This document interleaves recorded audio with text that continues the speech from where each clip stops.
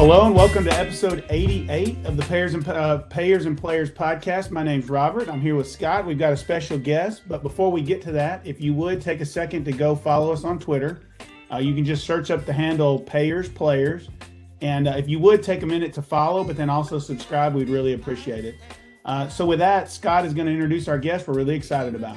Yeah, sure. We have today's guest is Andrew Goodwin. He's the head tennis coach at Georgia Southern. Before that, he was the assistant coach at Mississippi State, Charlotte, and Tulsa, as well as working, I think, and as well as Michigan, and also worked at USTA Player Development. As a player, he played college tennis at Southern Miss and Alabama, and he grew up in outside of Atlanta. So, with that background, let's welcome Andrew to the show. Welcome. Thanks for having me, guys. I'm excited to finally be on. I'm a big fan of what you both are doing, big fan of the interviews, especially recently. I've loved learning from it, and I'm excited to be on the podcast. Awesome. Well, we're excited to have you on. I know that Robert has probably known you before the podcast even started, so you guys have some history, and that's pretty cool. We'll get into that in a little bit. Yeah. But tell us a little bit about your tennis background. I see, like, on tennis recruiting, that as a junior player, you were solidly in the top 100 throughout high school. So give us a little bit of background on sort of where you developed your game and how you improved from a freshman to a senior. Yeah. So I was really lucky. I grew up in the Atlanta area, just north of it, in Alpharetta, Johns Creek. So I say I was really lucky there because tennis was a really, really popular sport. As soon as I moved to Atlanta, when I was 7 years old, I moved to a neighborhood called Medlock Bridge, and our house was maybe 100 yards from the tennis courts, and there are 6 courts right there. And so right before I moved there, I had been to a tennis camp because my mom was sick of taking care of me in the summer and wanted to kind of get me out of the house because she wanted to just hang out with my sisters. But and so I got back. I was like, I know some tennis. And I just walked down to the courts every single day, and that kind of developed into I had a basket practice my serve, then there'd be other people there and I'd ask to hit. Then I got my first lesson. I joined a USTA team or an Alta team, then I played a tournament, and then it really started taking off because in Atlanta, and I know it's a lot more popular now, but they started these like academies or clubs. It was a smaller scale of like what Everett's doing over at Tucker. But I went to Windward Lake Club, and it was just an unbelievable experience. I had just a ton of kids that were around my age, some older, some younger, that wanted to play, and just kind of let loose and figure out what I wanted to do with tennis. And the biggest thing was I was extremely lucky to be surrounded by an unbelievable group of coaches, a really core group of 4 or 5 of them that I still keep in touch with to this day, and they really just invested in me. Like they went out of their way to kind of just guide me and help me through different portions of my life. They just helped develop a mindset that they felt like was necessary to be someone successful, and I brought a ton of it into how I coach today, and just more attitude based and how you're working through what you do. But I just felt like I improved because my coaches were really on me as far as how I was treating the people around me, how I was working regardless of how I was playing, and more how I was carrying myself. And their message with that was, okay, you're always going to max out every day, and if you can consistently do that, you're going to figure it out, whether it was how to handle myself professionally, whether it was treating the officials and tournament directors right after a tournament.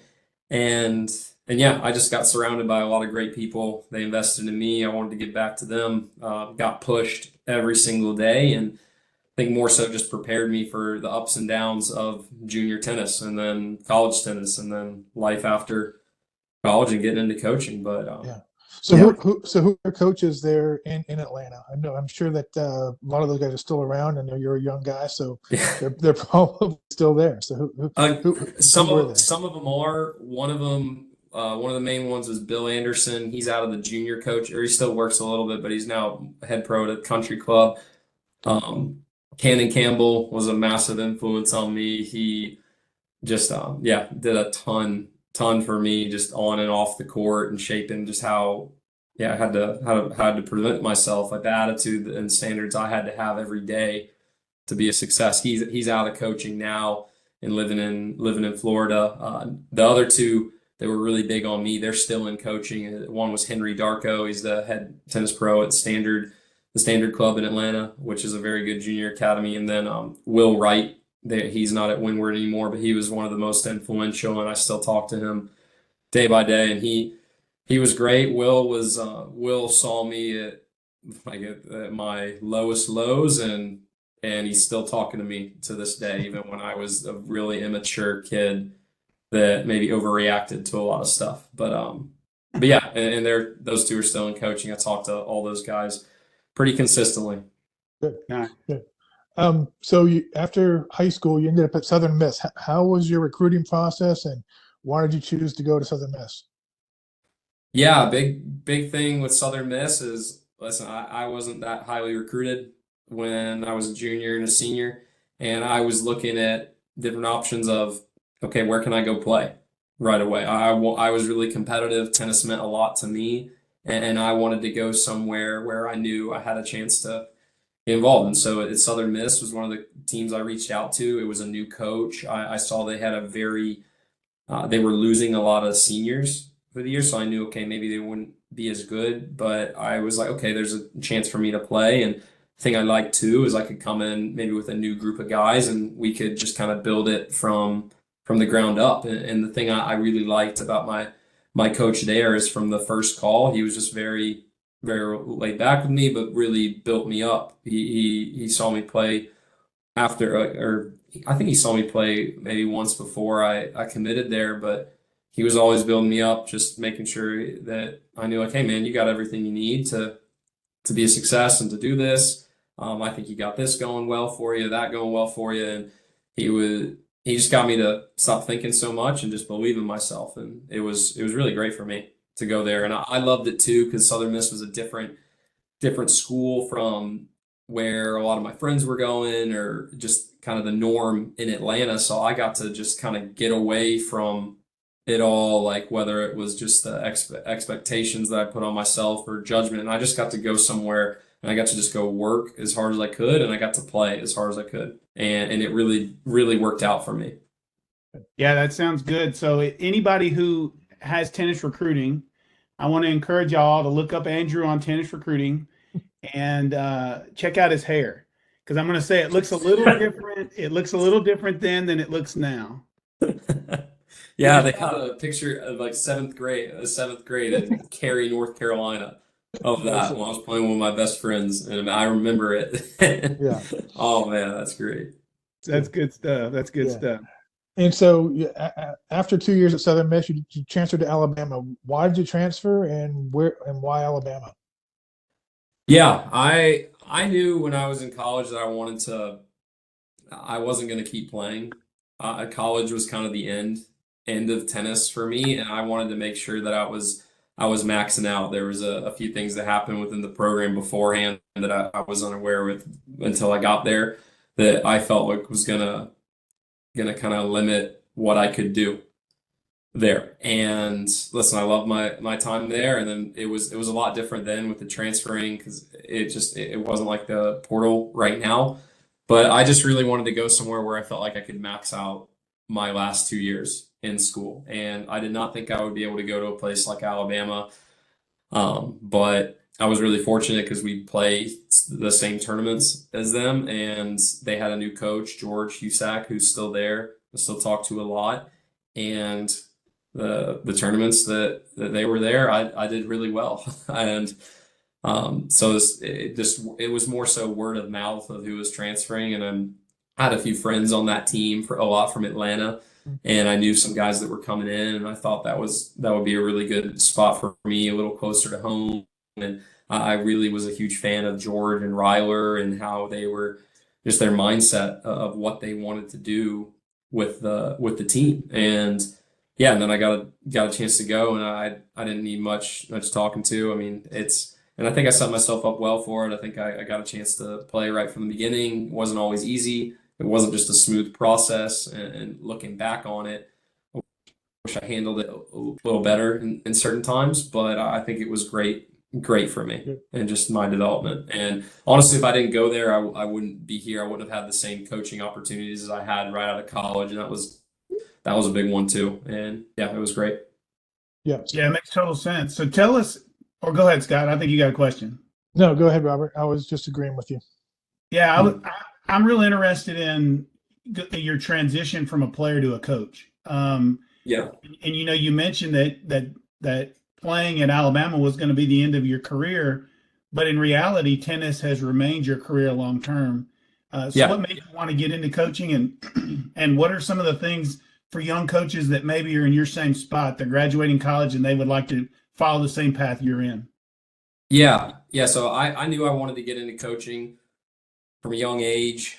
In college, it's still, I mean, you're figuring out, okay, what do I actually want to do in life? Like there's gonna come a finish line, and I'm actually gonna have to make a decision.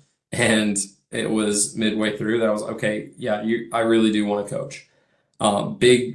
Biggest reason of why I wanted to coach was because of the impact my coaches had on me growing up, my junior developmental coaches, and even my college coaches, just because of how much they invested in me, how much they invested in just making sure, like, man, how are you doing? Like, what's going on in your life? Whether it's something with my parents going on, whether it's just managing my school, managing relationships with friends back home.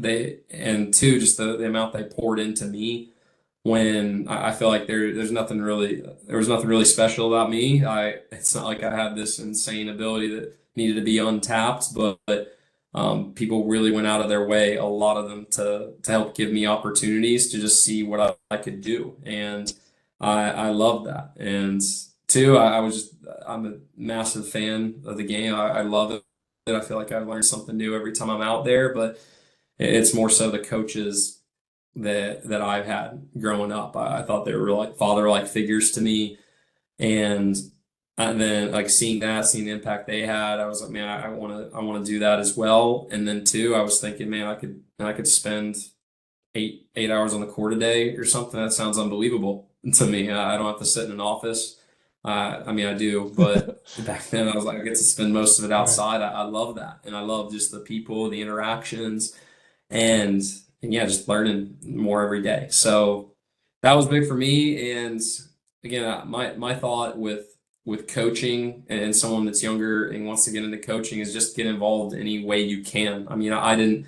I know out of college, I got right in with the USTA and helping out with different programs like as a volunteer. But in my summers when I wasn't training, I was coaching for my old coaches at a country club. I was coaching at the academies and just figuring out what I could do, because I think most of coaching is communication and being able to relate to somebody, and you can't just go on a court as a kid and just start telling people what to do. You got to get to know them. You got to figure out what do they do on a daily basis, and okay, is what they're doing on a daily basis, is that going to add up to them getting to their long-term goals? And then two, I think a lot of it, what I got better at it, and I feel like I hopefully still do a good job, is I got to know when to shut up. Like a lot of times you got to trust your players, whether they're in college or they're younger, to figure it out on their own. Because my thought is, if I'm just telling them what to do consistently, then I'm not actually going to see what they do under stress. And if I don't know what they're doing under stress, I'm not going to know how to help them and guide them, like show them, hey, this is going to add up or this is not going to add up. But yeah, getting involved, and then make sure you're surrounding yourself with the right people that can help build you up. I've gotten really lucky with the coaches I've worked for, like George, like Steiny at Michigan, like Sean Miami, who's at Michigan now, like Kyle Bailey at Charlotte, like Vince at Tulsa. They've been fantastic for me. I've learned something different from each of them. Yeah, I think one of the things that we're learning when we're talking to some of these younger coaches is how much sort of they invested in themselves after college when they started their coaching career. They weren't out there looking to, hey, I got to make money, so I'm going to go teach, the 3-5 women's Yeah, league, so I can, put money in my pocket. They were really about learning as much as they can about the game, how to yeah, teach, working with the best coaches, And like I said, Mark Lucero, great example of that. He went out to Yeah, USTA. I met him. Yeah, Yeah, and just sort of was like, I'm going to be a sponge on the court. I'm going to absorb everything I can. Trent Tucker mentioned the same thing. Like he would go to yeah, coach, highly successful programs, just observe, take notes, and really invest in themselves. And I think that's, I think that's really helpful in terms of your development as a coach, because you've got to really learn what works, and you can only do that by observing and by being hands-on with those kind of programs. yeah, yeah. That and yeah, getting being trusted to set a direction. Like that was one of the things I love most out of college, doing just a small program with the USTA when I was traveling around and working with coaches like Dustin Taylor, Mhm. with Sean, Miami, Stephen Armitage, Brad Stein, and they like genuinely curious about my opinion. And I'm a 22, 23-year-old kid out of college. I'm like, what the hell do I know? But I getting that and just And absorbing and so, everything you what did can you with when you it. talk, when you say like, let's say Brad Stein, for example, one of the top coaches in America. He's coaching Tommy Paul right now. He's coached Jim Courier. How were you able Yeah. to get that relationship where you could work with somebody like that and observe and learn from him? Yeah, so it's interesting. I got to know Brad actually my senior year at Alabama. There's a futures in Birmingham, and he was coming through because he had just accepted the job to work with USTA, and he was going down to the tournament, and he watched us play, and he was starting this new role. And George knew him because they were both from California, and they actually grew up. I think they grew up like a street away from each other, which Hmm. was pretty crazy. And so Brad introduced himself to the team, and it was crazy because he came up and he was with this USDA role, and the big initiative they had at that moment was, okay, who like trying to get more American players to play professionally. And he came up to our practice, and he asked an honest question like, okay, how many of you guys want to play professionally? And I was the only one that didn't raise my hand, and I felt kind of bad with it, but I just knew what I wanted, and he thought it was strange because I mean, he'd seen me work for a few days, and just because I didn't want to play, it didn't mean that I wasn't working. I still Right. hang my hat on that. I think my work ethic, I maxed out because I worked as hard as I could, but I told him like, yeah, listen, this is I want to get into coaching, and that stuck with him. And throughout the tournament, I talked to him a little bit more, and then throughout my senior year, he reached out to George and said, "Hey, George, I think we have this program with USTA about like helping out young coaches and getting them involved in really high levels. I think Andrew would be a really good candidate for it." And so I got to meet him. I got to meet Stephen Armitage. That didn't. I went through that whole process, got to know them. It didn't work because I still had some school left, but got through the next summer because they encouraged me to do it, and it really worked out. And so I got to know Brad was one of the coaches that I initially traveled with, and was just kind of hanging around, seeing how he operated. And it was when he was starting out with Mackie McDonald, and whether it was through DC, and he was an awesome guy for me, whether it was just right out of college, checking in how I was doing, trying to get me to think different ways. And I still talk to him pretty consistently, and I'm just really fortunate with that because, like you said, he's one of the best people out there, and he's got a million things to do, a million things on his plate, and he still takes the time to just answer a text or Yeah. let me ask him questions. And yeah, I'm really fortunate and lucky in that sense. That's awesome. Yeah, he's Yeah. from everything I've seen, he's a great resource and just a wealth of knowledge, and that he's so accessible is probably speaks Yeah, to why he is so successful. yeah, absolutely. Well, tell us how you became aware of the Georgia Southern position and what attracted you to it. Give us kind of the sales pitch for a player that's thinking about coming to Georgia Southern, and what attracted you as a coach, but also what would attract a player there. Yeah, so I'll first tell you how I found out about it.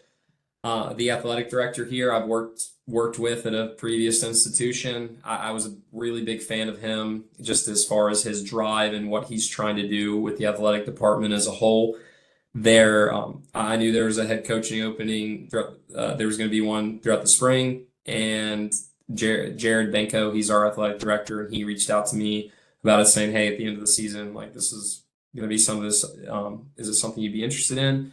And the more I talked to him, again, like I said, I'm in coaching because of the people I've been around, the influences I've had, And that's how I've tried to make a lot of my decisions on what I do, um, and who I surround myself with. I want to be around people that are as driven as me, that have similar values to me, and that I know I'm going to learn from.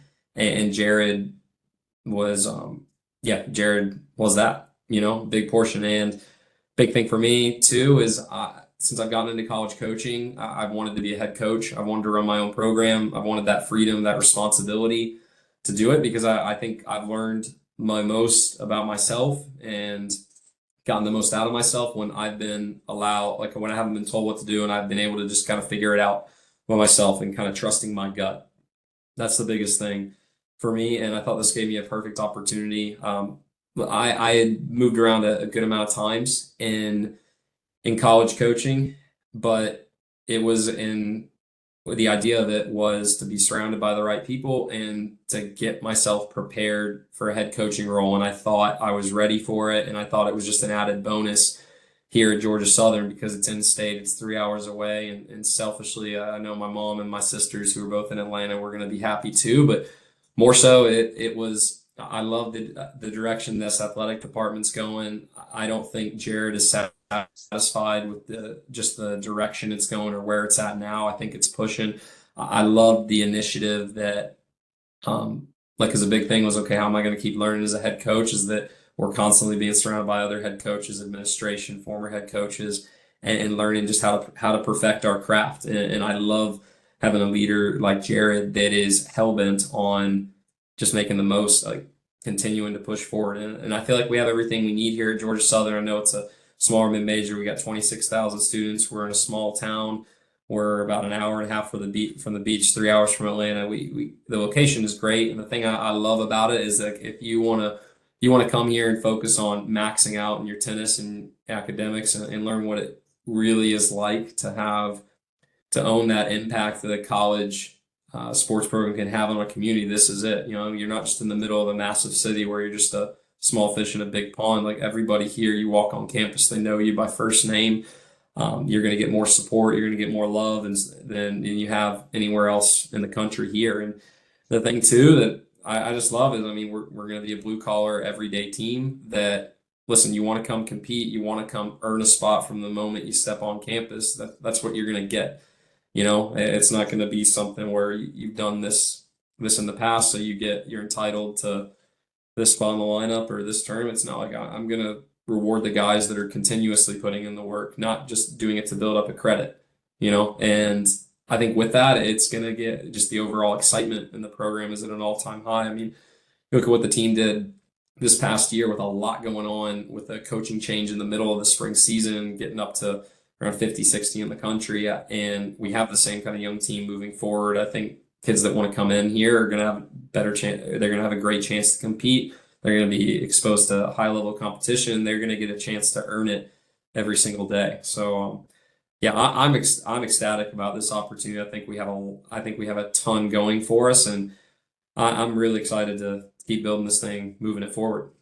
Yeah, Andrew, I watched real quick, Scott. I'm sorry. Mhm. I watched your introduction to Coach Goodwin on the university's YouTube channel. I think they put it out on Facebook and Twitter also. It was good. Y'all shot it on court. I thought it was really well Yeah. done. But tell me because when I saw it, I thought, man, this is awesome that Andrew has found a place like this close to the beach, close to Atlanta. With you being so close to Atlanta, obviously recruiting Atlanta players is going to be a priority. But what does the recruiting budget look like if you want to go recruit somebody that's in, England or Scotland or somewhere off across or in even South America? Do you have the recruiting Yeah. budget just to chase some of those really good players? Yeah, I can. Yeah, I can. That was another thing that I saw because I wanted to make sure that if I'm going to be a head coach somewhere that I'm getting the necessary support, not just to do the job, but to be damn good at it. And just looking at what Jared is, and the direction he had like maybe 3, 4 years ago, what was going into the team compared to now, and compared to the improvements. Okay, I saw that pattern, and even so, coming in gave me a lot of flexibility to whether it's recruiting, whether it's traveling to All Americans in the fall to give our guys a chance to earn their stripes, and we have those opportunities here, whether it's the travel and all that. And yeah, that was another big reason that I decided to come here. Makes sense. Mhm. Yeah. So, Andrew, I'm curious. This is your first head coaching job. In the interview process, what kind of questions did you get that led them to be comfortable that you're ready to make that jump? And just share maybe sort of how that interview process went and what that looked like. And by the way, I Yeah, love this question. Scott puts this question in the document. And I saw it. I was like, I cannot wait to hear the answer to this question. yeah, yeah. So it was different in the sense that I had already had a previous relationship with Right. Jared, Right. and I'd stayed in touch with him. So I think it was, again, a lot of it was me asking questions to him because I wanted to get a feel for, okay, I knew he was a driven guy, but how he was communicating that to the rest of the athletic department, and because I had seen the direction it was going in. But a lot of what he was doing was, and the questions I got from him or Chris Davis or Brandy Files, the people really in charge of the search, were more situational, about like handling just team stuff. Trying to think one of the um, more specific ones, but a big one for Jared was he was communicating his values and he wanted me to communicate mine. And that's what really sold it on me because he was really confident. He was like, listen, hey, I know, he was really nice and just like, I know you know how to coach. I'm not going to micromanage you there, but I need to know what kind of young man you're building in the program. And I thought that was really interesting. So it was more so what I was really valuing, how I was doing it, how I'd go about doing it every single day. And a lot of it, again, I'm pretty honest. I'm not a guy that's gonna mince words or try and blow smoke up someone's butt. I don't feel like I have the drill to fix your forehand. I'm not gonna be the guy that has the one speech that's going to get you to run through a wall. But I think all this stuff and kind of changing how a guy acts, changing their perspective, getting improvement is it's communication and it's doing it every single day. And that's what I communicated with him is just the more you know what you're going to get out of me every single day. I'm not going to kind of go up or down based on how this guy's doing or that guy's doing. I'm going to know where we're trying to get to at the end, and I'm going to be constantly assessing, okay, these daily actions adding up to us getting to the end goal. Yeah. But yeah. One of the things I'm curious about is the amount of hours a college coach can spend with the players. And you know as well as I do that a lot of these tennis players are multi-hour on court. For example, Tucker, they're there from 6:30 in the morning to 4 in the Yeah. afternoon. Yeah. Is it an adjustment for college players when they come to a college campus? And is the rule 20 hours a week? You get 20 hours with them a week? Yeah, it's certain portions. Like if you're in your competition season, yes, 20 hours with a coach, whether it's conditioning, weights, or on court individuals or team practice, yes. And so do you have a strength and conditioning person, and does that time with the strength and conditioning person count, or is it 20 hours with you? Yeah, we do have a strength and conditioning staff member that she's in charge of just the men's tennis. Does an unbelievable job. Worked with them for a few years, and yeah, that counts towards our 20 hours. We do that 3 days a week for about 45 minutes to an hour, and then we do conditioning on top of that. But yeah, it cuts into our hours. But I especially for me and what I try and do with our guys is okay. I don't need to be on court 3 straight hours with a kid if they're putting in the right work.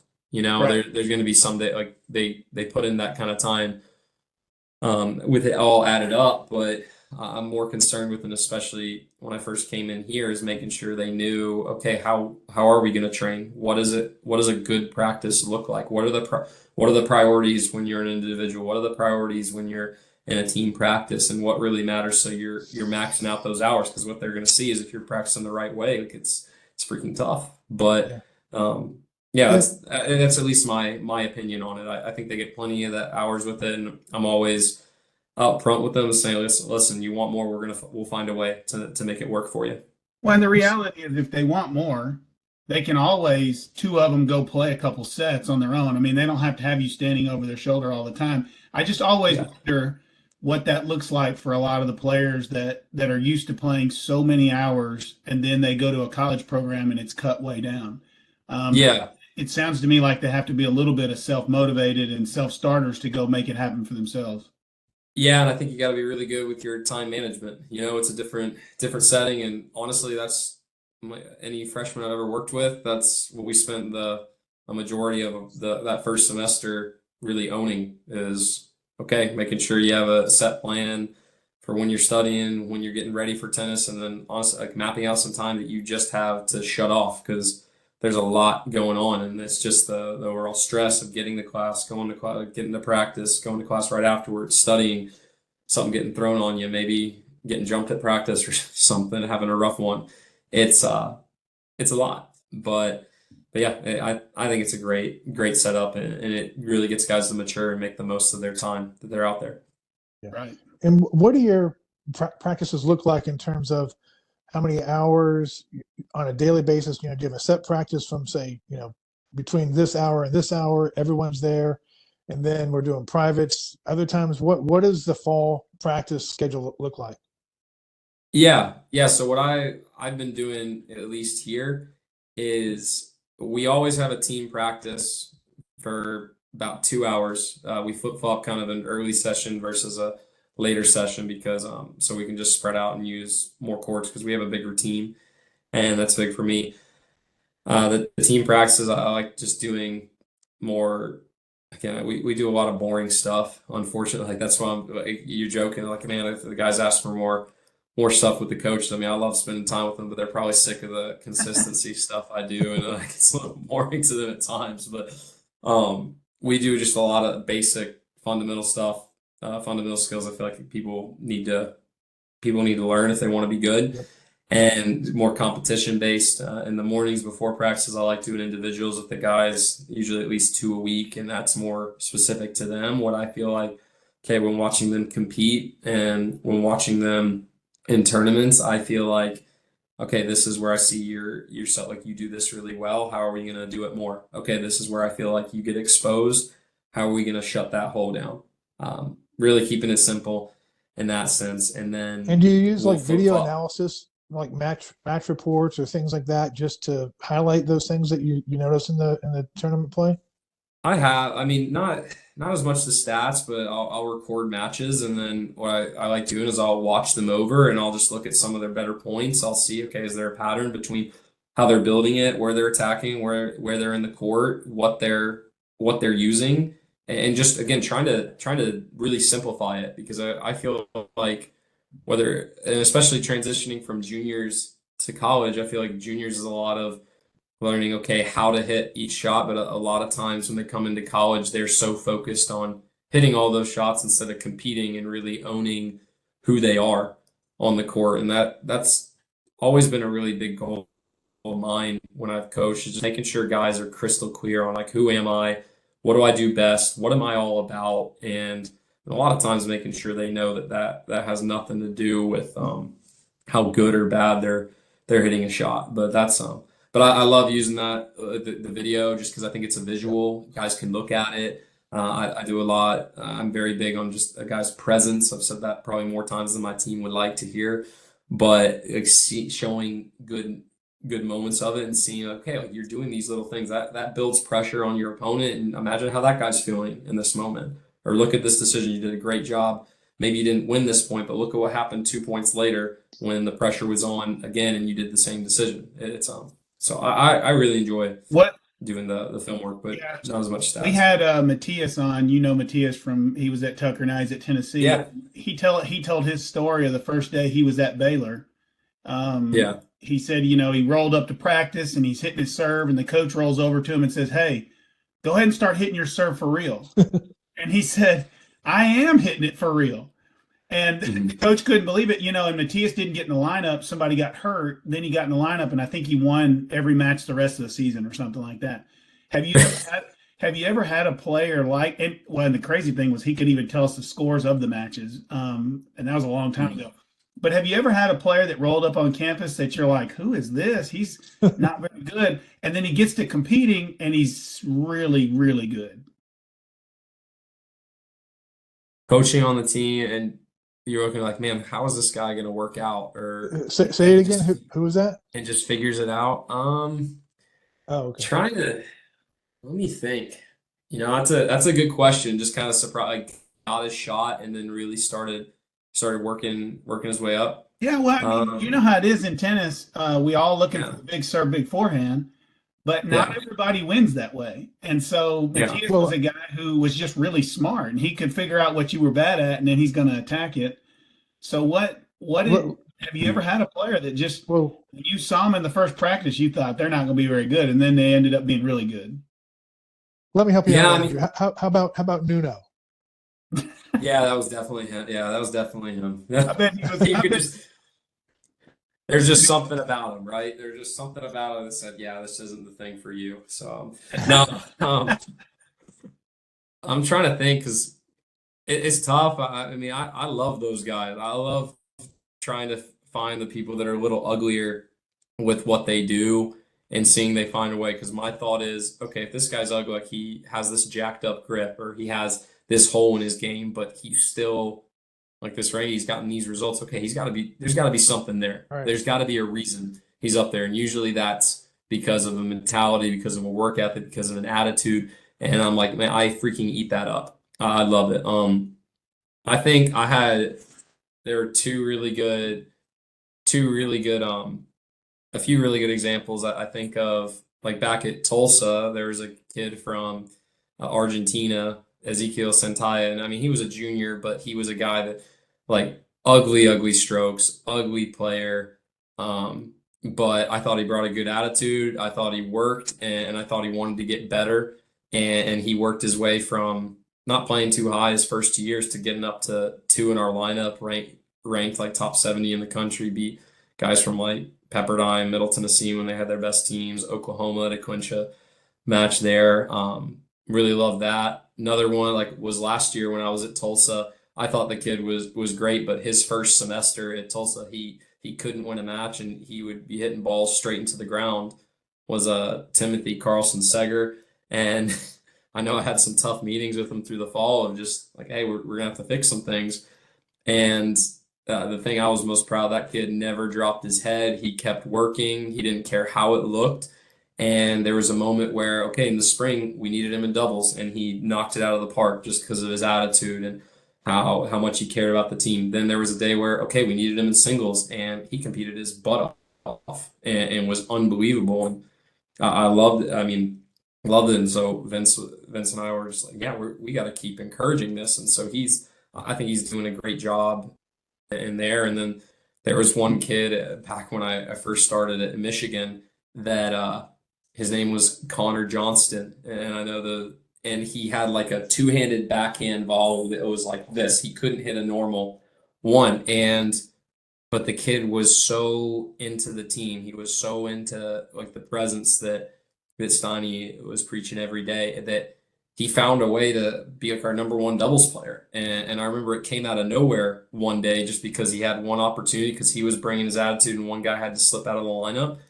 And and yeah, it was great. So I wouldn't say I looked at those three and said, oh no, these guys don't have a chance. But it's like they all had their own setbacks and they found a way, you know. But yeah, that's a good question. Yeah, I love thinking about that stuff. And then yeah, Nuno maybe a distant fourth on that list. Well, and that was what I was going to say. Nuno was probably on the opposite end. I'm sure that when the day he showed up, it was very clear he was special. Yeah. Tell us a good Nuno story that nobody knows. Ah, I'm undefeated. So with Nuno, I found out quickly, like, so number one thing I did with Nuno was, okay, I know he's really good, but I got to find something that I'm better at than him. So that was, I'm just saying. But, yeah, and I found out it's like, you know what, Nuno's not too good with a slice or the volleys, and so every individual and every day I'd play with him, we'd start out working on his chip, and I'd play just a baseline game with him where it was all continental grip. And like you come in, you do whatever, but it's getting him creative. And yeah, I never lost to him in that. And so I gotta thankfully he graduated before he could get me. I have not played him since, and that's gonna stay that way. Another good Nuno story is one of his doubles partner. His doubles partner in college was Strahina Rakic, who's one of my favorite guys. I was talking to him this past weekend, and when we were working on Straw, there was something with the serve, and a lot of it was his toss and just because of his upper body. So we do a lot of serving from his knees. and Nuno was taking some returns. I just started out with Strawley with the knees. And Strawley actually aced Nuno from his knees. So we always do that to humble Nuno. I think he needs that sometimes. But also something cool, maybe not as funny, but like a really cool, just I think successful people figured out is Nuno, before I got there, his first year was not really in the doubles lineup. His second year, he was like a three doubles player. And you watch him, he's not a stereotypical serve and volley, like I'm going to play doubles this way, that way, and same with his partner Strawley. And they started their junior year not consistently playing, and they worked up to one in the country their junior and senior year. And I think it was just because they were willing to improve, and like you see Nuno and the attitude he brings every day. I mean, that's why he's successful. It's not because he has a good serve or good backhand, but it's just like every day he was trying to soak something up. He didn't care if he was hitting with someone on the club team, hitting with me, or hitting with Oradini in a set, whacking forehands. He was gonna come at you as hard as he could. He was gonna try and get better at it. And I mean, even when he was one in the country, didn't mean he had it all figured out. And I thought he was unbelievable, just constantly wanting to get better and bring that. Didn't mean didn't have his dark days, but I think it's really cool just seeing, okay, it was something he didn't drastically change his game or change what he did, but it was just constant daily work at getting better. And that was, I think, is one of his best attributes, apart from just being an ultimate team guy and caring about the people around him. Yeah. When I remember, shifting away, oh, go ahead, Scott. well, I was gonna say, I remember, Robert, we went to a Mississippi State match in the spring. I think it was a day when Mississippi State had all their spring sports going at the same day, and so there was a baseball game, a softball game, It was a tennis Super Bowl match. weekend, probably. Yeah, Super Bowl yeah. weekend. Yeah. And so, as Nuno had broken serve and he's sort of jogging to the bench with his hands up, just as he's doing that, I guess someone hit a home run or something like that, and the baseball thing the stands go crazy, and he looks up and he throws his hands in the air. He's like, "Let's go baseball!" And so he was all into the baseball team during the changeover, so that was fun. Well, so not many stories on him, but what about Gio? So we had Gio on the podcast. I think he was episode 58. You know there's got to be a story on him because he was entertaining to watch on the court. So I can't imagine what he was like at team dinners and the hotel and all that kind of stuff. Oh man, Gio, the thing I think most about with Gio is we have this game on his junior year where if you made like a little symbol with your hand and someone looked at it, you got to punch him. And That's like Gio, 10 years, yeah. yeah, and Gio just would do it the entire time, like in the middle of matches, or like he'd celebrate one and he'd put it down. He'd be like, "Oh, I got you." little things like that just slide in that way.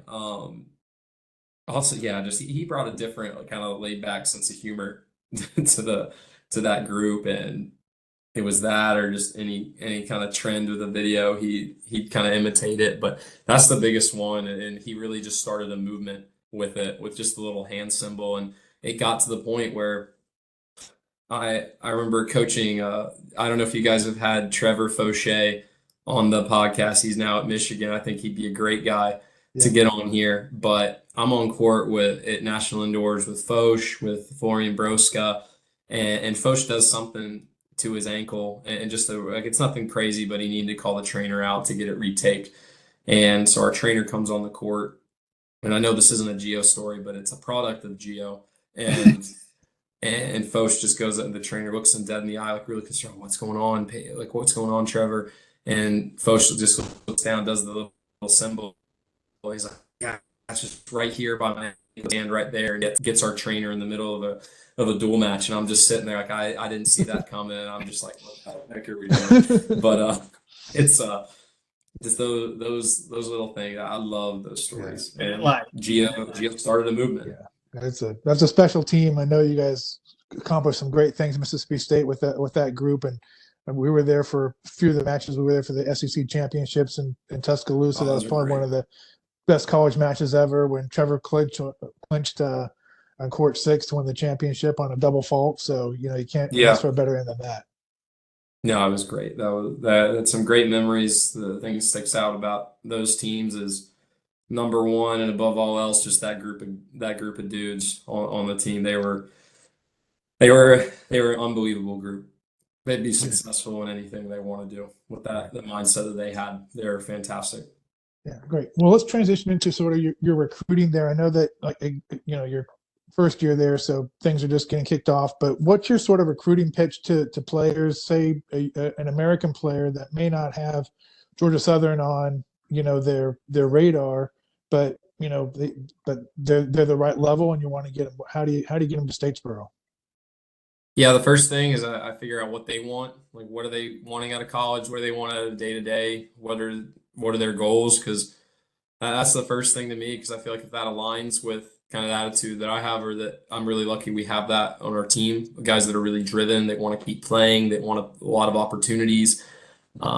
I first got to see if that they align with that, because my biggest priority, and I've talked to a few other coaches that I really respect and that I learned from, just kind of talking through ideas, is my biggest priority, especially as a new coach. And my recruits that I bring in now have got to align with what I'm preaching to a T, because if I'm preaching messages to our guys about attitude, about presence, about how we're working with the team, and then I bring in somebody that's maybe not willing to learn, not coachable, and things like that, then what does that look like? It looks like I'm just blowing smoke up the guy's butt. So that's the first thing, is getting them to outline what they really want out of this. And if I feel like there's a good alignment there, I'm more so letting them know, okay, this is how I coach. This is what I'm emphasizing with our guys every single day.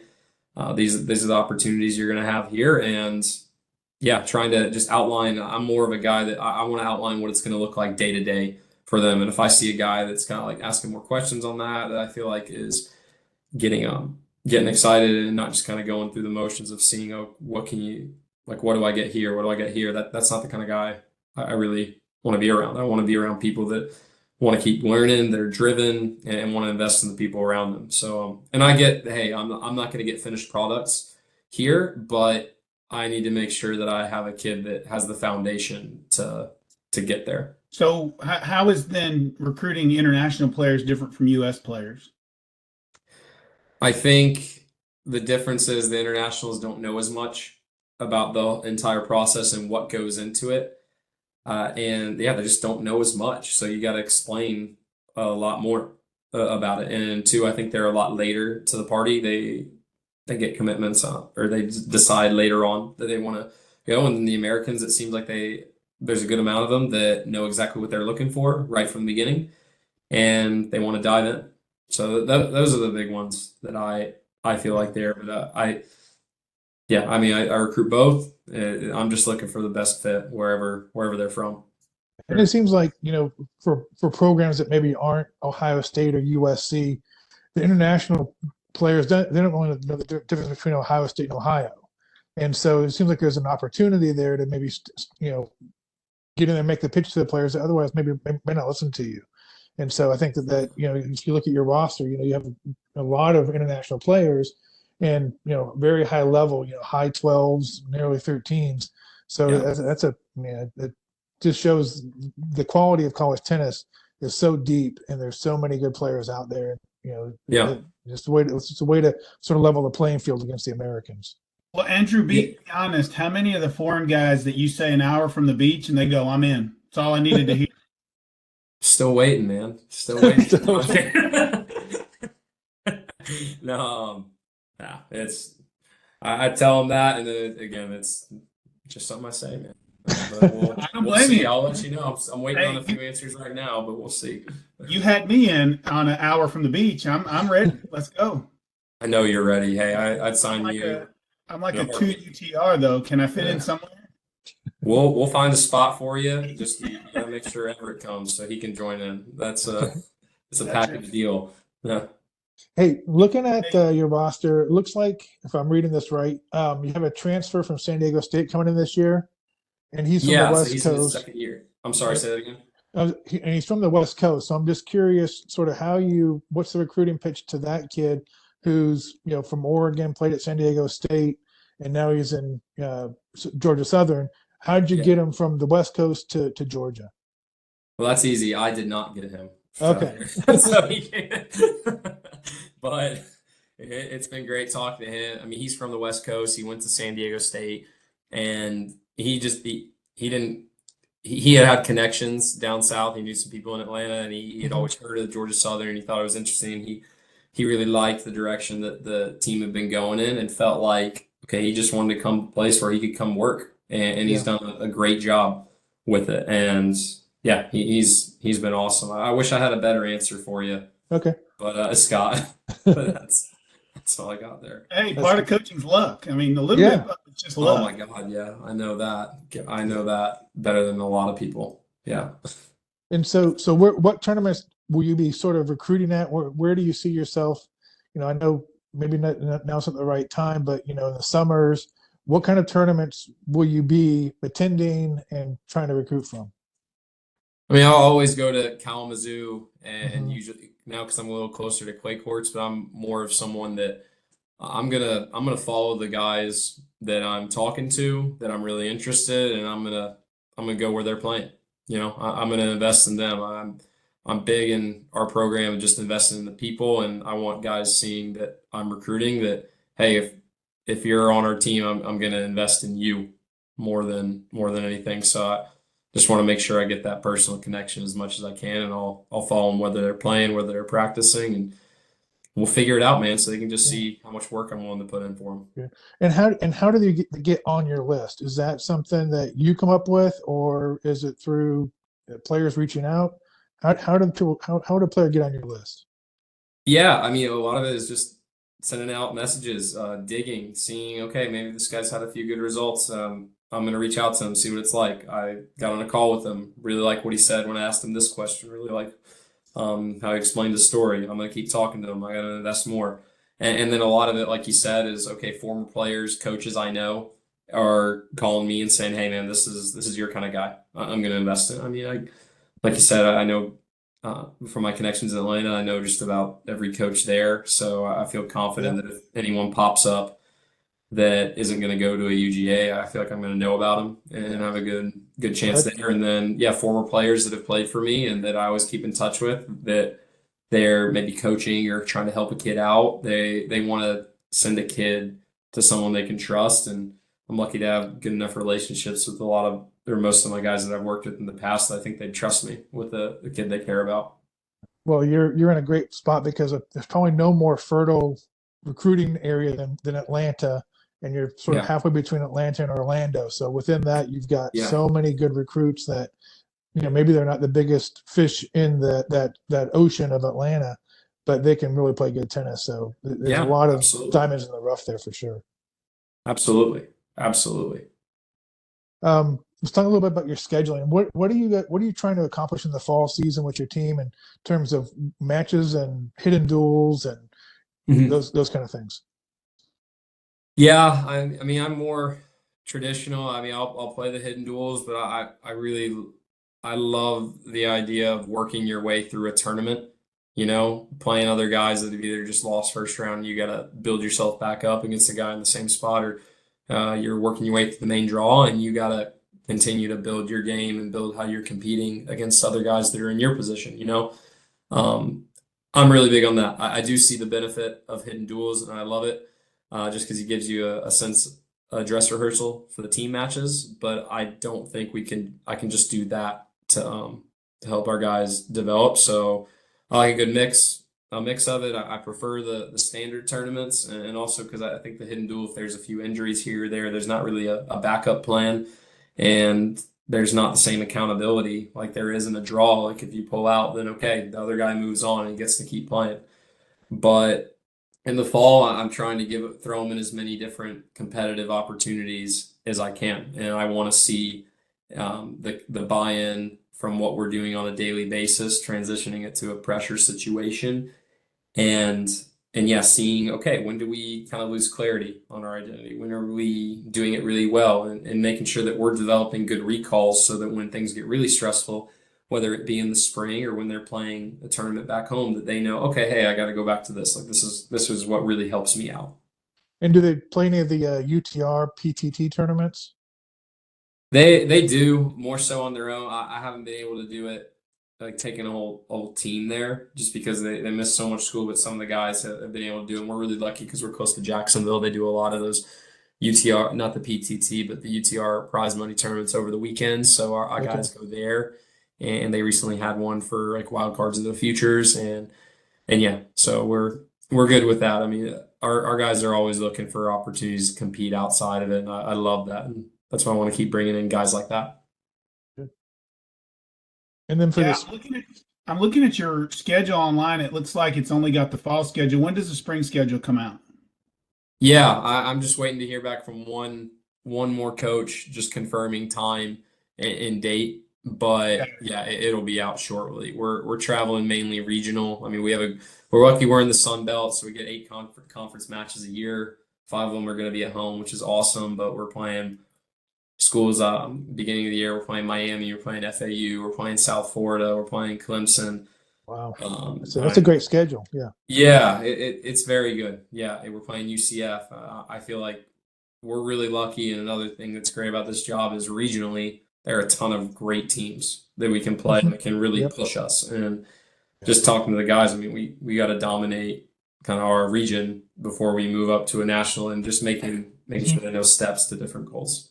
Well, and as I look at the UTRs on the team, it looks like the top 5 guys are all in the 12s, and then you've got Alex. It looks like is unprojected, but that's a solid roster. I think so.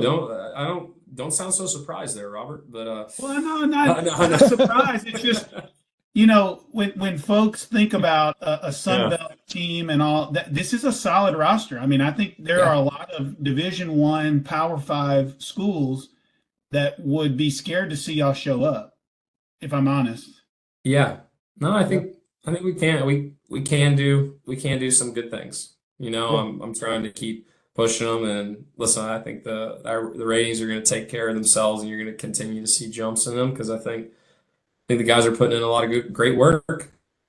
And when you're putting in great work, that confidence builds, and you're doing tough stuff every day. That confidence builds, and more confidence we can be breeding for all of our guys, the better for us. Yeah. Mhm. Well, hey Andrew, let's jump into the fast feed. Just gonna throw out some questions and just whatever comes to your mind. Okay. Let's roll with that. So, let me start All with right, sweet, what's that? Do what? sweet. So, Is a rapid fire you're saying? So just first thing that comes to yeah, mind? whatever you want to go with. Which I guess All is no different than any other question, but I guess we always Doing it say really that. fast. Yeah. Yeah, do it fast. Yeah. So here's the first one. This is sort of a new one to the repertoire. It's tell us 2 things about you. One is true, one is false, and Robert has to guess which one is true. Oh, jeez. You'll be able to fool me on that easy. Oh, this can be anything. Sure. One's true, one's false.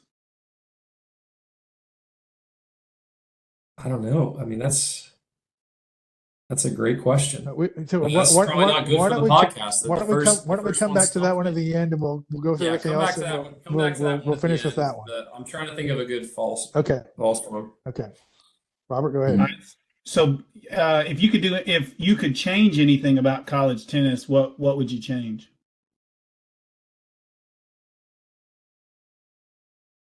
That's a great question too, man. I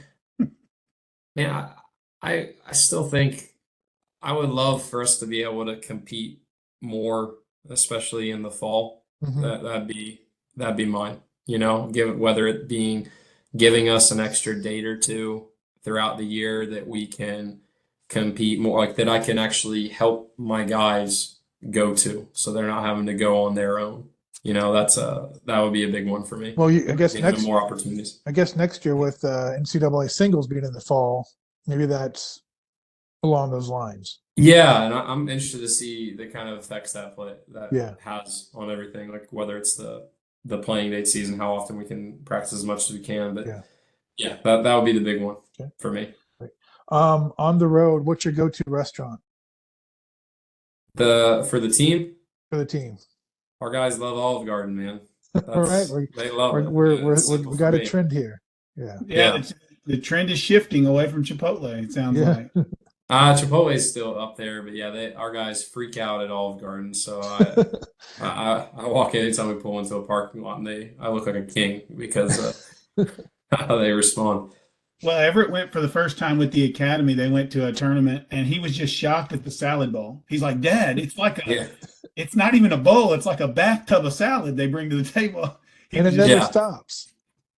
and yeah. it's unlimited. That's right. Mhm. Best book about tennis or non-tennis? Your favorite book or something you're reading right now? Yeah, I got two that I really love. The Score Takes Care of Itself, by Bill Walsh. I love that, and just getting into how he made certain decisions in his program, how he enforced the standards that he wanted. I absolutely love that. I've read that a few times, just got done reading it. And then I love Mindset by Carol Dweck. Okay. Just more of a growth versus a fixed mindset, and seeing how every little decision you make and everything that happens to you, you have a choice of how you view it with your perspective and what you're going to get out of it. And that I love the fact that, hey, you're not a finished product. For sure. And same question, but with the documentary, one about tennis and one non-tennis. Documentary. Yeah.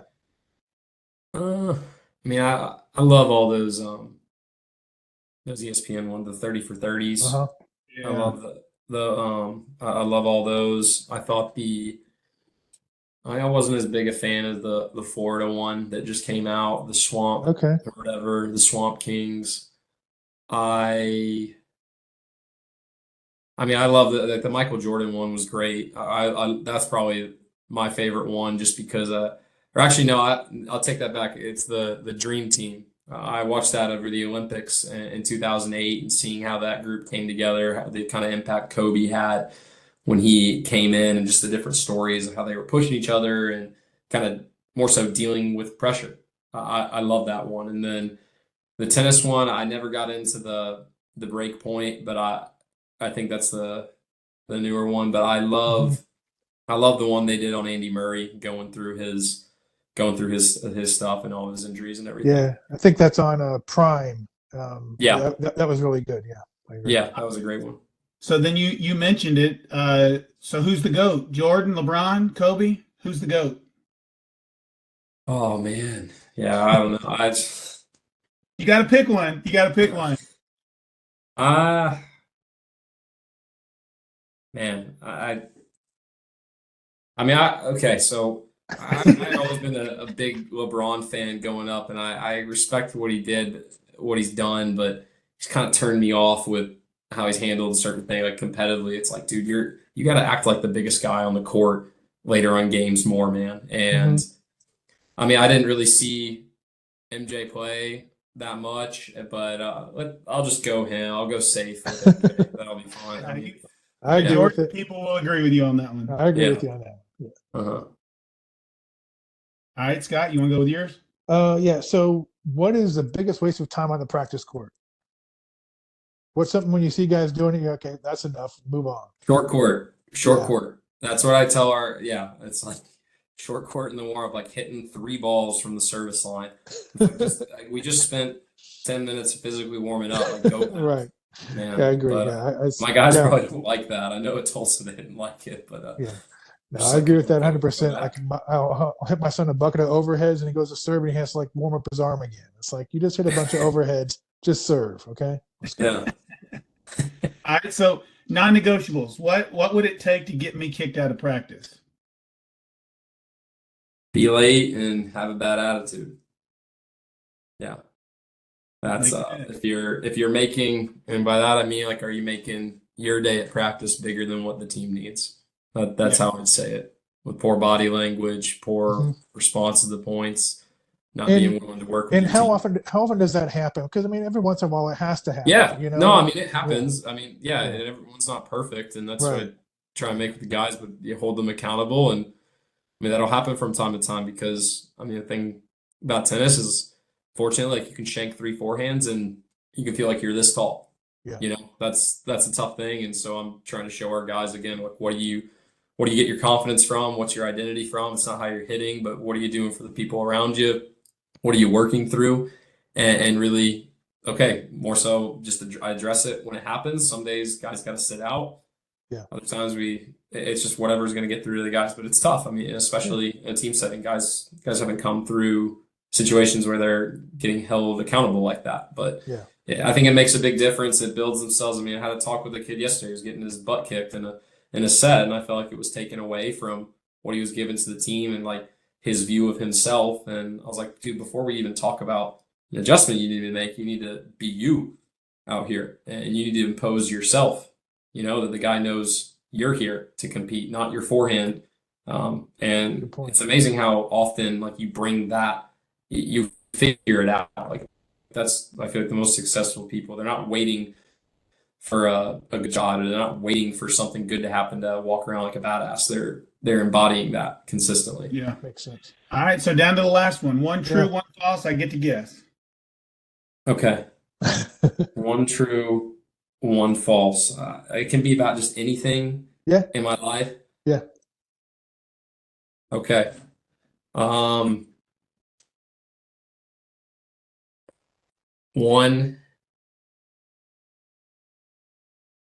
God, you're not gonna like this. It's not gonna be good. It's not gonna be good. Just letting you know. I was prepared for everything else on this. Okay. One, I'm 3-5 in my fantasy football league with my friends back home. Okay. The other one, let's see.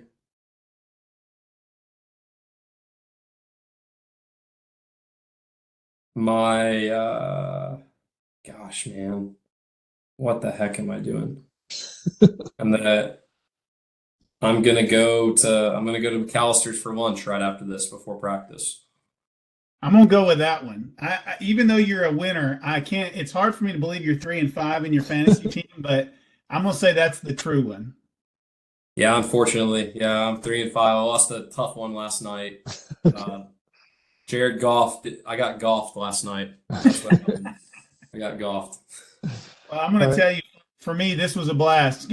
Great to have you on. And next time you're in Tulsa, shoot us a message. We'll go get something to eat. But we're really rooting for you. I'm gonna have to get me some gear to wear on the podcast, but we're excited for you. Congratulations on the first head coaching job, and we really wish the best. A great season. Yep, for sure. Absolutely. Yeah. I appreciate you guys. I love what y'all are doing. Love it. I learned a lot, like I said at the beginning of it, and then. Yeah, Robert, been a huge fan of you guys, and especially since meeting your son and seeing what he's developed into, seeing him over at Tulsa. He brings he's a light.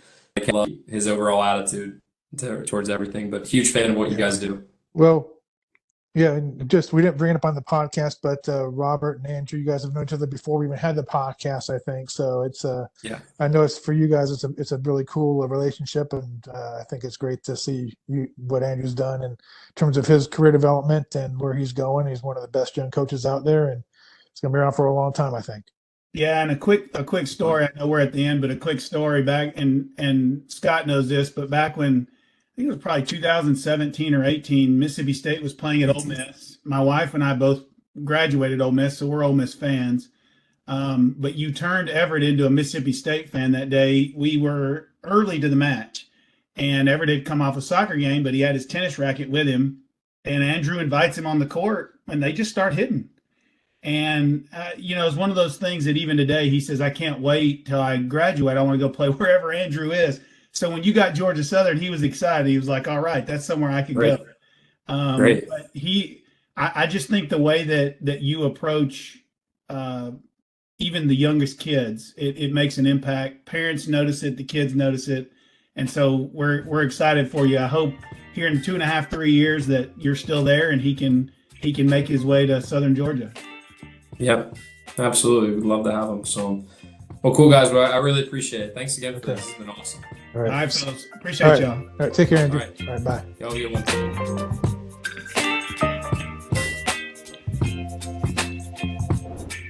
Baby, you give me ice and fire. You're giving me wind and rain. You're some kind of butterfly. Baby, you give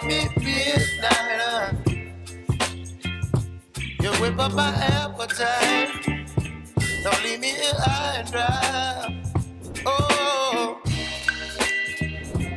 I don't wanna jinx it, baby, and twist myself at the spine. Don't wanna overthink it, baby. It's just twist your body, your mind. Baby, you give me ice and fire. You're giving me wind and rain. You're some kind of butterfly. Baby, you give me midnight hour. You whip up my appetite. Don't leave me here high and dry. Oh, but I don't wanna jinx it, baby. Just not yet.